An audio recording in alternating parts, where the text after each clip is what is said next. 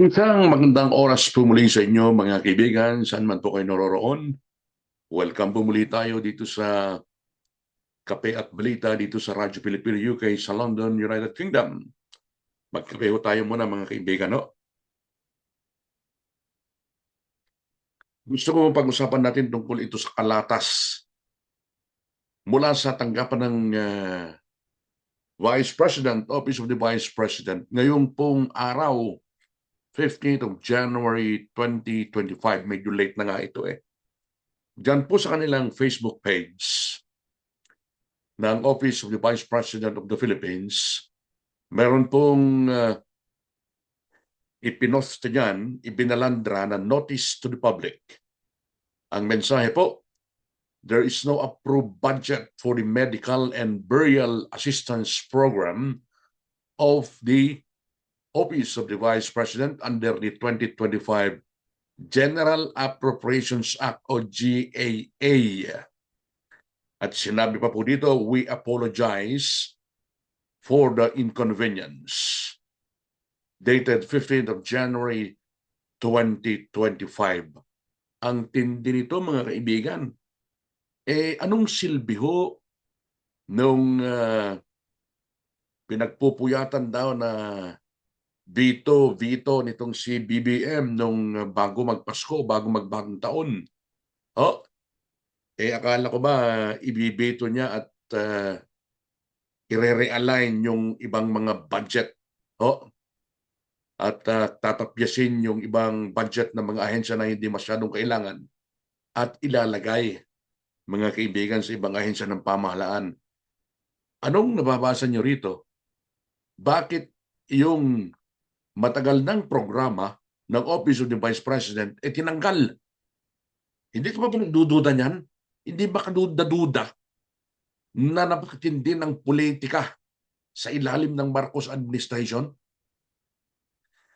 Tinanggal si VP Sara sa NSC, National Security Council. Ngayong bagong taon, natuklasan na tinanggal yung budget para sa Medical and Burial Assistance Program ng kanyang tanggapan, mga kaibigan. Ito pong OBP, baka hindi ho natin nalalaman, pwede niyong i-verify ito dyan sa kanilang website, mga kaibigan. Ang OBP po kasi ay merong budget at nagpa-facilitate o namimigay ng medical and burial assistance saan man pong bahagi ng Pilipinas.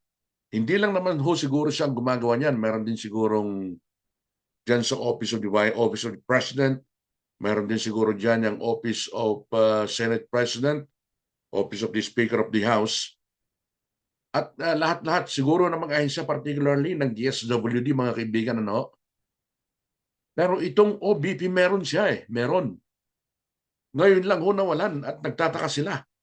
Ang Office of the Vice President, ito ho, nakikita nyo sa kanilang website, na namimigay sila ng medical and burial assistance itong nakaraang taon ng 2024. Ang total beneficiaries po nila, mga kaibigan, sa buong bansa ay umabot sa 187,028. Yun yung medical and burial assistance total beneficiaries ng OBP. At may total amount po ito na nagkakahalaga po ng 822,326,188.02. Yan po yung total amount.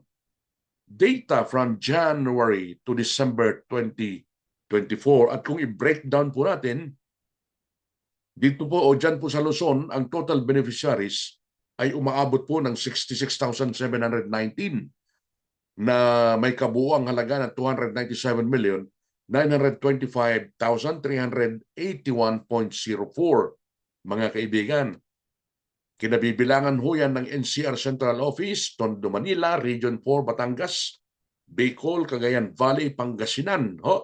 At sa Visayas, umabot po sa 76,189 na nagkakahalaga po ng 285,160,241.81. So on and so forth.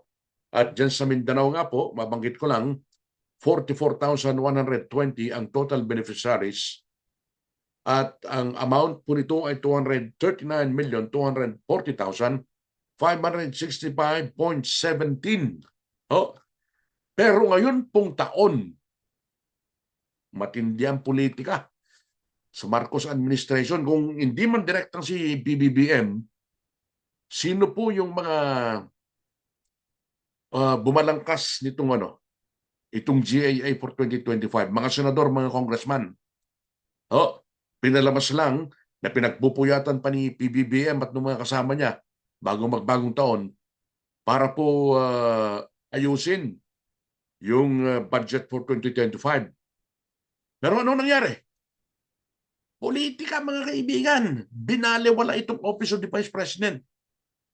Kasi kung hindi po ninyo pinupolitika ito, kung ano po yung mga nakaprogram na budget ho dyan, na katulad ng tanggapan ninyo, pinabayaan nyo lang dapat. Ang linaw-linaw yan, no? Notice to the public. There is no approved budget for the Medical and Burial Assistance Program of the Office of the Vice President under the 2025 General Appropriations Act o GAA. We apologize for the inconvenience dated 15th of January 2025.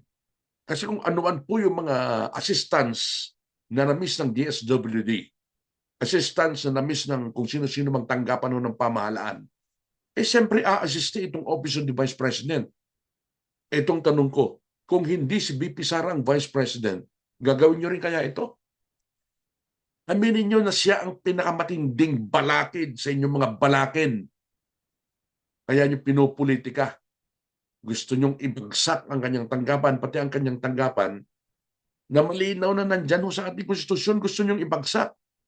Oh, pinagmumukha ninyong inutil ang Office of the Vice President para bahagi ito ng paninira nyo sa kanya. Para palabasin sa taong bayan na inutil ang tanggapan ni VP Sara. Siyempre wala siyang magagawa dahil hindi nyo binigyan ng budget. Simpleng tao ho, nakakaintindi ng ginagawa ninyo. Ay nako po, walang mangyayari sa bansa natin kung puro kayo politika.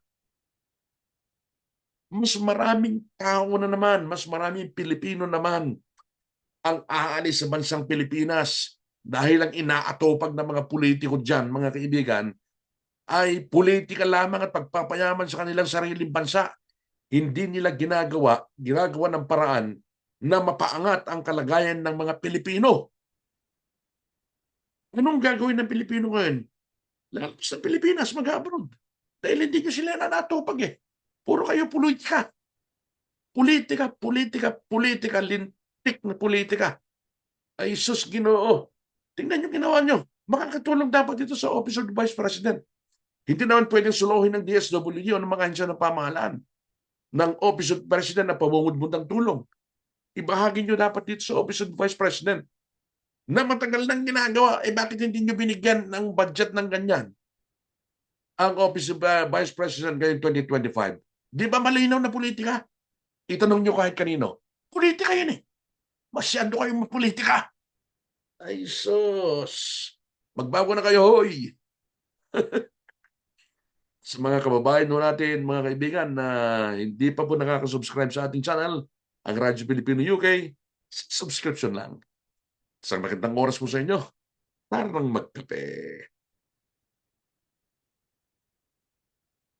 Bye for now po, mga kaibigan.